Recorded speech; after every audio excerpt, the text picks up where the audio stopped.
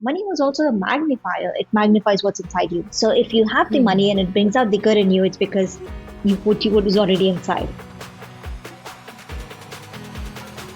Assalamu alaikum Muslim life hackers, and welcome to the show. I'm your host Mifra Maroof, and I have some good news to share with you all.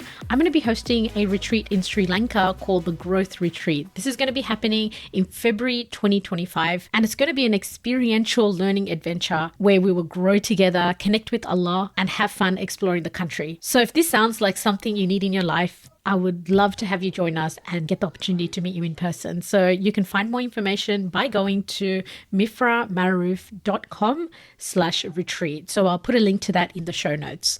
So let's get started with today's episode. So who I have on today is Hafsa Taher. So Hafsa is a certified Muslim life coach trained through the Discover Use AdWorm coaching program.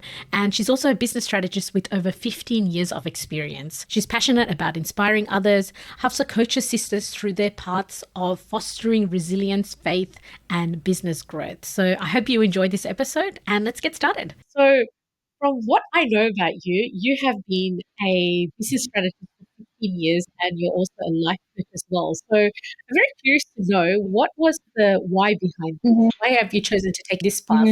So, what's funny how a lot of people start with the why. For some people, they have to actually do the thing and be like, okay, why am I doing this? Yeah, true. So I had to work backward. I want to say it was like 2018. So 2012, I started my own business. Before that, I was working on other people's business. I've been in business for 15 plus years. And I was in business for making products for like about 5 years at that point. And I'm like, you know what? Why am I doing this? Do I want to continue this? Do I want to switch things? So I read the book Start With Why at that point.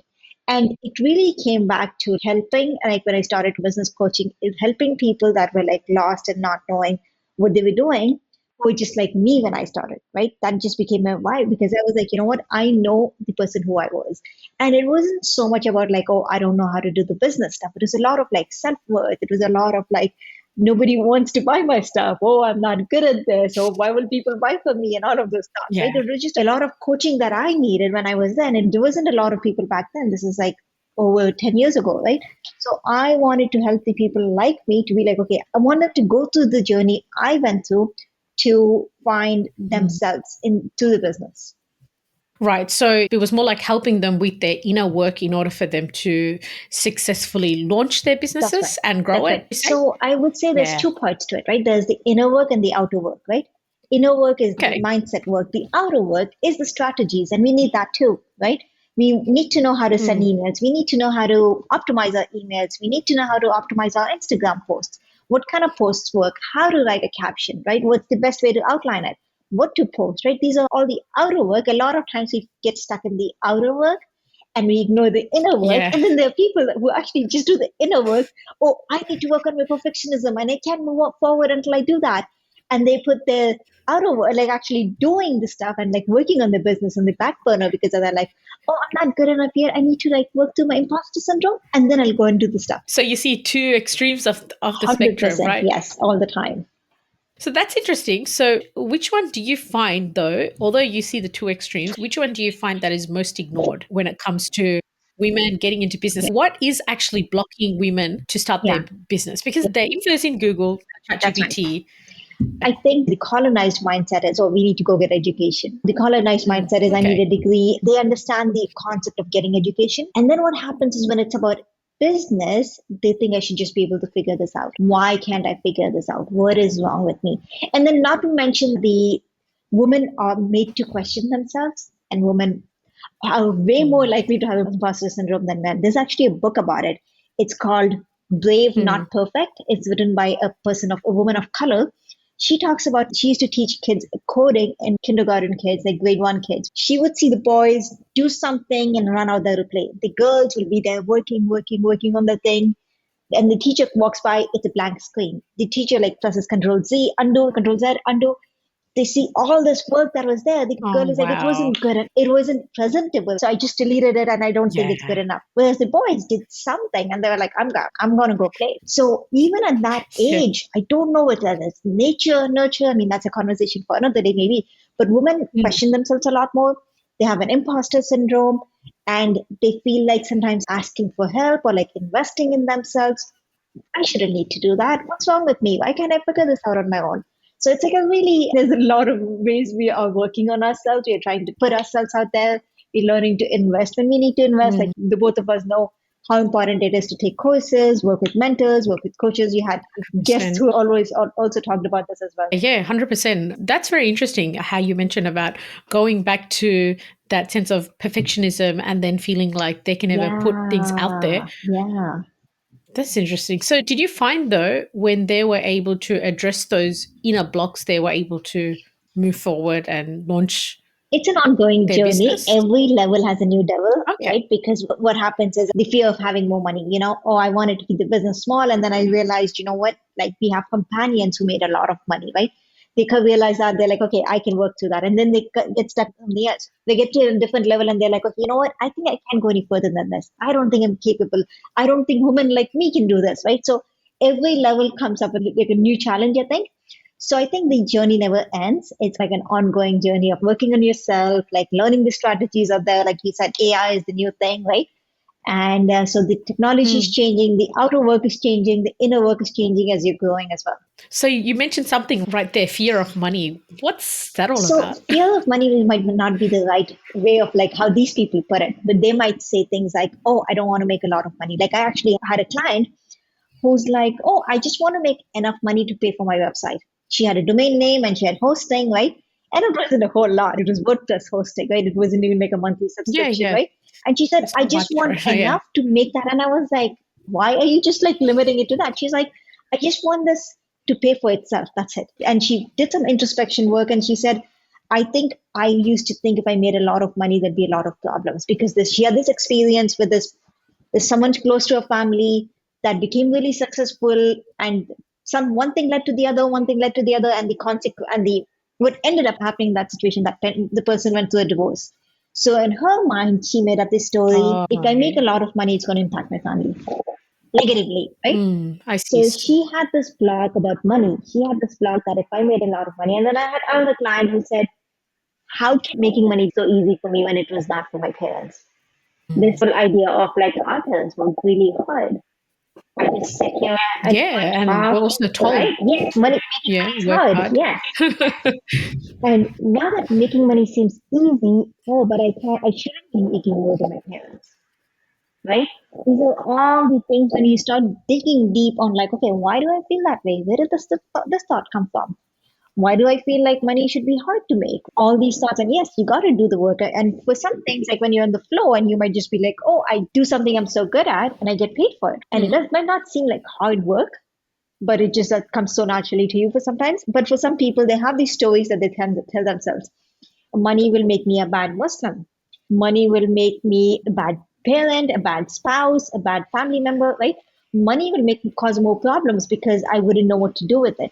Or I'm going to be bad at managing it. I see. So, what are your thoughts on money is going to make me a bad Muslim? Hmm. Because that's an It is. interesting. In my book club, I run a book club called Strong Believers, and we are reading a book called Billion Yeah, Dollar Muslim. So we are reading a book called yeah. Billion Dollar Muslim. It's written by someone in the UK, Quram Malik, and he talks about how having more money is just like having more food at home. You can't say, oh, the people out there that are hungry, so I'm not going to have a lot of food at home. We don't say stuff like that. We just, okay, you know what? If I get a lot of food, that's perfect. I can share it with other people. It's probably a very logical thought. But with money, it feels like I think it's a very Christian idea that money is the root of all Mm, evil, right? Or that yeah. money is actually takes you to the hellfire. Yes, it's a responsibility. And yes, there are things you got to be careful about, right? Money, honor, prestige, or even any responsibility, right? Money is just that. Money was also a magnifier. It magnifies what's inside you. So if you have the money and Mm. it brings out the good in you, it's because what was already inside. So having money allows you to do so much good. Is it a responsibility? Does it mean that you got to learn to make sure you pay a zakat on time, make sure you purify your wealth? Yes. Just like anything out there, right? When you have an additional responsibility and additional honor, a privilege, you got to make sure it's used properly. True. I really like the analogy about money being like extra food at home. Yeah, it sounds really funny when he kind of compares it to like sandwiches. He's like, no, I don't want a Yeah. sandwich because I'm going to be a bad person if I have too many sandwiches. Yeah, true, right? Because like if you have a lot of sandwiches, you can just give it That's away. it. But then, like you said, it depends on who you are. That's Because right. if you're a natural Order. hoarder, you might be like, oh, I'm going to freeze those That's sandwiches. right. And that might not be a bad idea. Like you were like, you know what? Yeah, it might not be a bad idea, but maybe you might have to buy another That's freezer right. to accommodate all the That's right. So sandwiches. maybe the intention is I'm going to freeze all these sandwiches so I have more time to work, to do more good things, right? Again, it goes back to the intention, Yeah, right? yeah, yeah, true, true. So, There's so many ways you can go about with it because money is definitely right. the power Yes. of today's That's time, right. right? Yes. And I think money has this negative connotation to it, like in our heads. But that's why it doesn't feel the same as Mm, sandwiches, doesn't feel the same as food. Like we yeah. wouldn't say the stuff we say about money. They would think the same, we wouldn't say the same thing about sandwiches like that. But when you replace the word, you're like, you don't have that emotional attachment or the emotional what's keeping you away from it, right? Like with money, we have this thing about like, oh, I don't want it, it's going to make me a bad person. It's going to make me a bad Muslim. It's going to create more problems for me. And our minds are designed to keep us safe. So we find ways to keep ourselves safe in what fits our stories, Wow. right? Wow, that's amazing. There's like so much going on in our Mm, heads that's stopping us from just like taking an action. Because if you go Google it up or chat GPT it, do that's ABCD. it. And then it's like, why can't I do That's right. anything? That's right. Yes, 100%. So I actually did a boot camp called Bust Your BS Beliefs. BS is an acronym for Hmm. belief systems. From one of our mentors, Sheikh Muhammad al-Sharif Rahimullah, he would call belief system BS because, I mean, our belief system is Yeah. BS sometimes, right? We have made up all these stories, said, oh, you know what? If I make more money, this is going to happen. If I become successful, this is going to happen. A lot of BS stories that we made up, right? So I once did a workshop called BS Belief Buster, and we talked about all the negative beliefs most people have. How to be like, okay, this is the negative belief I have. Once I have that, I know this is the consequence of it, but that's not the result I want. This is the new result I want. Mm. What belief do I need to have? Right? And changing beliefs takes time, but at least you got to be open to that belief. Like, okay, I will be open to this belief that money is not a bad thing. So would you say a new belief would sound something like money is not a bad thing? Yeah, and not the other extreme would be I love money, right? I mean, you're so averse to money right now, you can go to the extreme and your mind saying that's Mm. BS. So I actually had a money block too. So Sheikh Muhammad al Sharif Mm. Rahimullah in the mastermind, what he did is I was Interesting. really smart. He took my belief, it was Mm. like a table. He started pulling the legs under Yeah. the table. He's like, okay, why do you have that belief? Ooh, that's it. It was such a Mm. smart thing. Alhamdulillah, I really think that made a huge transformation for me. It was that That's the power of good mentors, right? 100%, right? And like, Amazing. They just call you this out. is like over 4 years ago, and subhanAllah, like, made me a Yeah. sadqa jariyah of all the good I do, made me a sadqa jariyah for him, right? So he I takes your mean, belief and he'd be like, okay, why do you think that's true? And I'll be like, because this happened. And what if that person wasn't even talking to you? What if that person was wrong? What if that person was talking about somebody else, not to you, right? And then I was like, oh, mm, but then this is what happened to the other person. And he's like, are you sure that's the full story? Did you go into their house and see what they do, right? So he started pulling the legs from under the belief, the old belief. So he's like, okay, now it's a wobbly belief, right? Now you need a new yeah. belief to replace that. You're like, okay, that doesn't make sense anymore. Okay, what do I want to believe then? Okay, money is not such a bad thing. Money can make good things happen too, right? It's not, oh, I love money. It's not from one extreme to the other extreme. It's kind of like in between the two. Okay, money might not be such a bad thing because you want to give your brain like something that's believable, not like extreme. Sometimes affirmations are like that, like they're so extreme that you can't even connect with them. So I feel like you got Mm. to go from the old belief to something like a little bit neutral to the new belief. So it's not like a drastic 100%. change. Yeah. Because your brain is So like, it's what like a the step hell? by step Yeah. change. Yeah. Mm, I see. So it's interesting. You said that we shouldn't jump all the way to like the belief of I love money, but then you could say I love sandwiches, though. Yeah, you could. But then can you feel that in yourself and say, I really genuinely love money? Right. And you want to get to that place maybe where you're like, okay, I love the good I can do with money. I want to be able to give this much zakat. I want to be able to like, really interesting was somebody in like Visionaire, which is the course for duas. They took a screen. So they were on this website for a fundraising website. Like on some platforms, you can click on the top donors. You can see how much like other people Yeah. gave. So they clicked on the top donor and the person on that website had given like $10,000, the top donor. So they took a screenshot of that and changed and put their own name there. They said, I want to be this person who can give $10,000, Oh, right? beautiful. I was like, that, I I, love that. right? I was just like mind blown. I'm like, you know what? Like, you don't even think like that sometimes. You like, imagine just like sitting there, somebody sends you a link saying, oh, my friend's fundraising for this person, the storm, the hurricane, whatever the relief work is, Lebanon now. And you get that link and you're like, okay, 10,000 right there. It's okay. Didn't even make a dent anywhere, right? To be able to do that. Yeah, true. Because even for Allah subhanahu wa ta'ala, like $1 Nothing. is like the same as $10,000. We're the That's one right.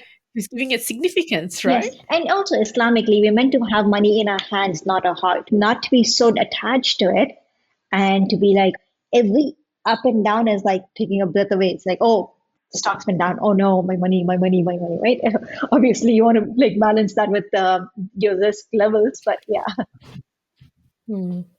Yeah, true. It's a very important point you mentioned because if we do have money in our hearts, then sometimes like it's a blessing that Allah subhanahu wa ta'ala hasn't given money to a certain person because mm-hmm. maybe that could be a source of a lot of trial for them that they can't Yeah, handle. And maybe just having a little bit of money was sufficient for them. But for someone who feels like, hey, I can do a lot of good with money, I can manage it yeah, and give and do all these amazing things, then it's a different story. But I think, like you were saying, like we tend to have this money is an evil thing and let's not go near money. So then a lot of us are not that's right. successful when Yeah, we're yeah. getting out and doing a business, right? Yes, yes. So it's so important to work to that inner dialogues, inner talk, inner belief system, the BS, to be like, what's my Mm, thoughts? What's my belief about this? What's the thought that's causing me to feel this way, right? So when you're able to do the inner work, like for me, it was like writing it down to be like actually see it in writing, and I'm like, what the heck? Like, I believe that, and when you take that belief out, it's kind of mm. like one of those playing card houses. You pull one card out, the And then whole thing everything down, right? tumbling down, right? Because you built the entire structure on that one BS belief, right? So when you pull the false belief out, you're like, oh, wait, that thought doesn't exist anymore. Okay, bye. Okay, never mind, never mind. What other challenges did you have when you were getting into this business space? The first one I'm hearing is the money beliefs. Mm-hmm. What else was coming up? Okay, the other part of it is use measuring your worthiness with the income you make, right? So it's kind of like with business. I mean, there are all these entrepreneurs and business owners talking about, okay, I had a 10K month, I had a 10K week, I had a 5K day, right? There are all these numbers being thrown around, and you here are like, okay, I made $100 yesterday and I haven't made anything else the entire month, right? And Hmm. number one, it's such a obvious thing to be like, okay, who are you comparing yourself to? What's other in chapter 25 and new chapter 2, right? But we forget about that. We forget that there's more to what we see, more to what That's we true. don't see, right? We like, okay, we assume like, okay, they are making 100K a month. I should have been there too. Do they have a team that they are like spending the entire thing over? Are they in the negatives? Who cares? They are making that much. I should be making that Yeah, much true. too. That might not even be their That's take right. home, right? Yeah, I should be making that much too, right? So it's kind of that comparison game to be like, okay, I should be doing that much too. And also, like, I think there's like a little bit of entitlement. Like, I have been working so hard. I have been promoting this. Nobody's buying. Well, nobody owes us anything, right? Is there like work I need Hmm. to do on my marketing? Do I need to understand? Like, do I need to get more clear about what I'm offering? Right? There needs to be some introspection too. But like this whole idea of like I'm as worthy as the amount of money I make. We live in a very capitalistic society that's trained us to think about productivity as money making activities, or like a job, a business, right? Like a woman who stays at home might feel like, oh, I've not been productive. What, like I don't do anything anyways, right? Like I don't do anything, right? So we live in a very capitalistic Hmm. society that is a lot really focused on money. So what ends up happening is because we live and breathe in that water, we measure our own worthiness with money, right? It's like, oh, I'm only worthy when I'm making money. Okay, business struggling when 2020 COVID happened, a lot of my clients canceled. And that would have been time if I hadn't done the inner work. I would have been like, I suck. Nobody wants to work with me anymore, right? Versus being like, Hmm. okay, what's this situation in the world right now? What's happening, right? But there was a time when I would be like, okay, if I'm not making money, who am I anyways, right? I'm supposed to be making money. I'm supposed to be doing better than this. So this whole idea of worthiness that comes from how much you make. Yeah. That whole part about that capitalist Yes. mentality that seeps into these Yes. areas of our Yes. life. and about how women who, like they're measured both by That's money. right. And it's sad because it's not like that, No, right? no, 100%. And then even the ones that are making money, say like have a job, and then they go through some kind of life change, a new season of life, whether they get moved away, they have to take time off from their work. They have taken the only metric that was measuring their worthiness is being taken, it doesn't exist anymore. The amount of money they brought, right? Now they're like, oh, who am I now? Like that was the only metric they had. They were holding on to them. Now they're like, okay, I'm not making the money. What am I doing with my life? Who am I anymore? Because that was the only value of what value or the measure of worthiness they had. So how do you look at value? I think we are inherently valuable. So there isn't anything external that actually makes us valuable, right? And as a creation of Allah, our worthiness is there. Isn't it a hadith that says like a human being is more sacred than the Kaaba? There's things we wouldn't harm the Kaaba, but we don't think twice before hurting another human being, another brother or sister in Islam, right? But treat ourselves as unworthy. And I think, again, capitalistic society and again, how people see us and how we see ourselves. When you study the names of Allah subhanahu wa ta'ala, you're able to understand who He is and see who you are as well. I think understanding the names of Allah subhanahu wa ta'ala, how merciful He is, how just He is, how wise He is, how much He appreciates. I think that was one name of Allah subhanahu wa ta'ala that really, really changed the way I look at like the outcome. Appreciates. That means even if me trying, even if I'm not making that 100K month, I tried and He appreciates that. He rewards me for that, Oh, right? And that's so beautiful. right, and then me thinking, okay, I didn't make the money, but Allah doesn't see that. Allah looks at my heart. What did I do? Did I try? Did I do my best? Right? So it adds, it's 100%, like takes the only measure of success I had, the money, and replaces it with who is judging me? Who is the one who is actually rewarding me? Who is the one who is actually looking at my work and thinking, am I doing a good job or not? Right? Now you're like, okay, as long as I'm trying, as long as I'm doing my best, I'm worthy. And as long as I'm doing my best, Allah's rewarding me. Yeah. Yeah, true. And I wonder if that thought process would happen if you got into business for the right reasons and not Yeah, just to get in because yeah, everyone says, oh, this is the place to make that's money and you right. can get 10K, Yeah, 100K, yeah, that. yeah. That's really interesting because I was at a speed networking event, speed networking. So it was like a speed dating, but for networking. And one woman Yeah. was like, okay, I want to start an export business. Where's the most money? And I'm like, I think you should be asking yourself, what do you like? What are you passionate about? Because this combination of I love this, I'm good at this. This is what my experience is. This is what I can talk about. This is what I appreciate. And this is what the market needs. Like that combination, the Venn diagram, right? The three circles, where do they merge? Because what do people need is where the money is too, right? So, because you can do something for the money, but how much heart is in there? How much passion is in there? How much interest is in there, right? When I was in school, when I was in college, my friend would send me lists of like Google articles like, oh, here's a list of 15 businesses we can start. And I'm like, I don't care about any of these. Yeah. Right? So I definitely think there has to be like an interest in there for you to be like, okay, why am I doing this? Yes, the bigger why, but also, do I even care about this? I feel like this is not like said enough because online when you go to business you'll be like, Yeah, oh, the top 10 business ideas and look how much that's I'm right. making, and it's like that is the conversation in Mm-hmm. the business space. It's like the capitalist 100%. mentality, right? Yes, yes. It's all about the All about the money. money. Like the thing you were worshipping is the money. That's right. It starts then and ends Subhanallah. there. Yes. So it's really aligning your intention back to Allah Mm-hmm.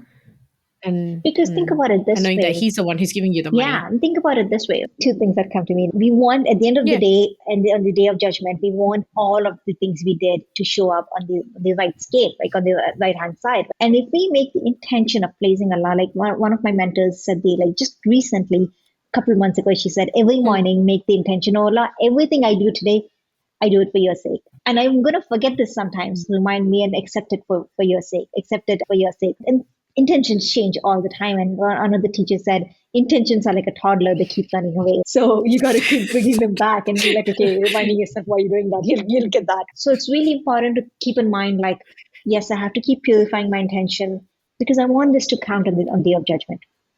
Actions are by intention, right? So actions are judged by the intention. So every action I do, I want to make sure I'm getting rewarded for it.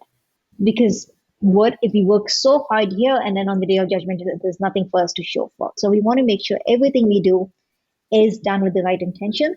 Even if it's like, I don't work with Muslim women, say, for example, like I don't teach Islam, I don't teach people to pray, I'm not doing all those work, but my intentions are to learn a halal living, right? That's good enough, right? I don't have to be in a Muslim business earning a halal living. Yeah. So making sure that you are making that intention in the morning or when you start doing something or whenever you remember, and being mindful of that. And the other thing is, I read a Christian book once that talked about how God is your marketing manager. God is the one who's actually Okay. bringing you the clients. I was reading this book when COVID happened. That's why it stuck with me. So, you know how we look at our website and like, oh, I'm not getting the sales. I'm not getting the sales. Okay, how many people clicked on my thing today? Oh, nobody put. How many people opened my email? Nobody signed up, right? But Allah subhanahu wa ta'ala is providing us sustenance in so many other ways. But I'm like focused on this one thing and put my head down and I'm like, I want to see it here. And there's like stuff all around me. So It's funny. sometimes we think the risk, the sustenance is not coming, but sometimes a channel is blocked. But there are other channels, there are other channels, there are other like pipelines, because the source is still Allah subhanahu wa ta'ala. It's like saying, okay, you opening the faucet in your washroom and they're like, there's no water anywhere. And then somebody else would be like, listen, there's just no water here. It's okay, there's water in the entire house, you know? All the other taps are fine, all That's the other faucets are fine, right? But you are standing at that wrong faucet and yeah. being like, there is no money here. Why? How come I'm not making the money? But you are being blessed in so many different ways, right? And sometimes there's different types of risk. Sometimes you're getting a free program, a free course. Sometimes you're getting a membership to something you didn't pay for. Sometimes you're getting an opportunity, a free webinar, a free download that you got that gives you this insight that you never thought was possible, right? That you weren't even looking for, right?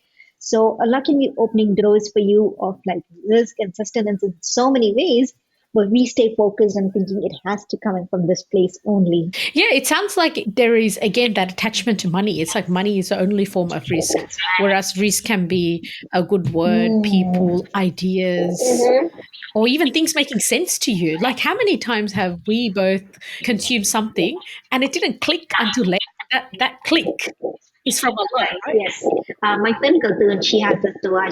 She made a post a long time ago. She said, one of her students made this dua. Oh, no, Ya Fatah, the opener.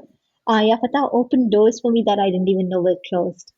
I love that so much because you don't even know. That's so beautiful. Yeah, you don't even know what exactly that's going to look like. Ya Fatah opened doors for me that I didn't even know were closed. Yeah, I think it's really coming back to that decolonizing our Yes. mindsets and seeing that it's not just about the paper money, which, by the way, paper money obviously is not real. It's important to have these conversations and for us to really challenge what we believe, because these could be the very blockers that's stopping us from achieving what we want in our lives. And if it's business, which is our goal, and I've seen many sisters, and I'm sure that you've seen it more, they've been saying they want to have a business, and then many years go by and they're still In the same trying to do place. that business. Yes. Yes. Yes. Yeah. Yes. Yeah. Yeah. I get that. Actually, what do you say to that? If they're in the same place, like 3 years later, they're still in the same place, what would you tell them to do? What would I tell them to do if they're in the same place for 3 years? I'm like, you just don't want it. Just accept it. Oh, it's nice to have fancy vanity kind of duas. Or you're almost like, I need to lose weight. I need to drink more water, right? Do I care about that? No, I don't. I need to have a business. It's kind of like, oh, it'll be cool. I don't care about it. Obviously, if you've not done anything for 3 years, you don't care. Because if you cared enough about it, if you really wanted it, you'd have at least started something. You would have figured something out on your own. Yeah, I mean, you know what? Like either we can spend time on something or we can spend money. And some people have money and some people have time. When you have the time, you're like, okay, I will. And the bit type of risk, right? Yes, exactly. Yes. So Yeah. to be able to be like, okay, you know what? I have extra time. I'm going to watch some YouTube videos. I'm going to listen to the podcast and get inspired, right? Read some books and get inspired. And if you have the money, work with the coach and be like, okay, I really want to do this, but I have no idea how to get started. I even tried asking ChatGPT and I'm still stuck. And then you're Yeah. able to work with the coach and be like, okay, this is my goal. This is where I want to get to. What are the baby steps I need to take? Because you can only eat an elephant one bite at a time. Don't imagine Yeah, it. Don't true. picture it. True. Yeah, no, I'm just thinking about the elephants because I was looking up a lot of elephant parks in Sri Lanka and I was like, oh, look, all these elephants. That's right. You can only eat an elephant one bite at a time. They're massive animals. I don't know if it's halal to eat animal. That's right. I mean, elephant, FYI, if anyone listening, we're talking about eating elephants. Yes, please do let us know. I'm going to change that analogy to something else then. Alhamdulillah. All right. Well, we're actually close to ending off our interview. There's so many things we can touch upon, and mashallah, there's a lot I can learn from you, but time is time. So we'll just go straight to our questions that we have here. What is one life hack that you found improved your life? I think it was self-development. I think starting to read a lot of books, listen to podcasts, and then working with a therapist.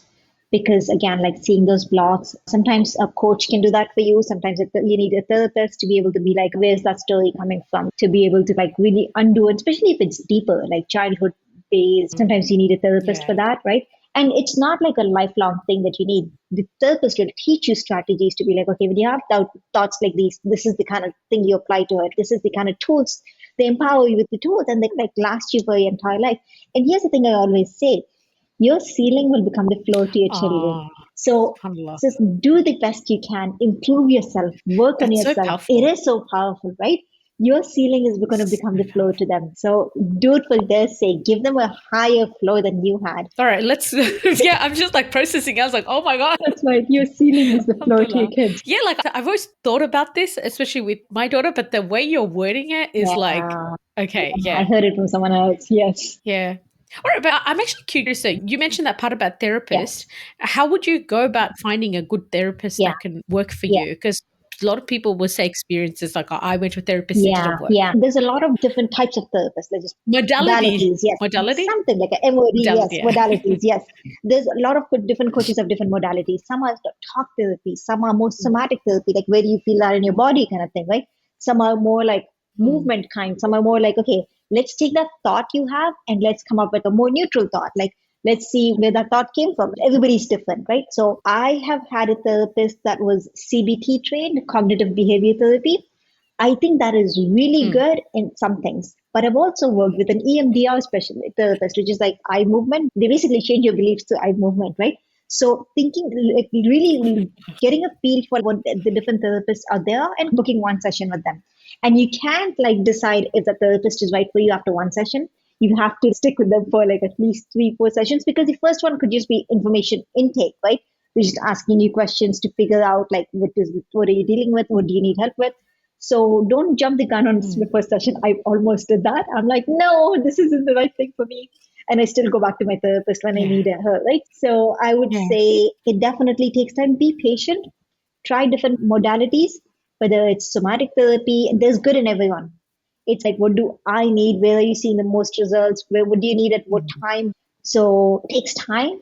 And then the specific things, I'm like, you know what? When I get stuck in my head, I go to my one therapist, right? But if something else comes up that I need to really process it in my body, like I know I'll have a lot of back pain, a lot of shoulder pain, or I know like there's something really from my childhood that I need to process, somatic therapy, but there's so many more, right? So there are a lot more therapy. Now that we know therapists that are Muslim now, they have the Islamic awareness to it, Islamic side added to it, right? Like they hold the connection between the ruh and qalb, the aql, right? So that are able to look at it from an Islamic perspective too. So there's a lot of options out there.